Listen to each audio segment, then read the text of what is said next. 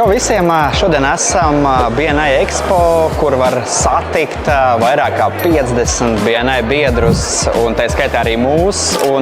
Šodien mēs arī visiem mūsu BNI biedriem arī prezentējam virtuālo realitāti un kādā veidā ar to var sadarboties un iedarboties. Un kā jūs redzat, arī nav svarīgi, kāds mums ir vecums, bet jaunieši, veci, pieauguši cilvēki vai pat pensionāri visi var izmantot šo virtuālo realitāti.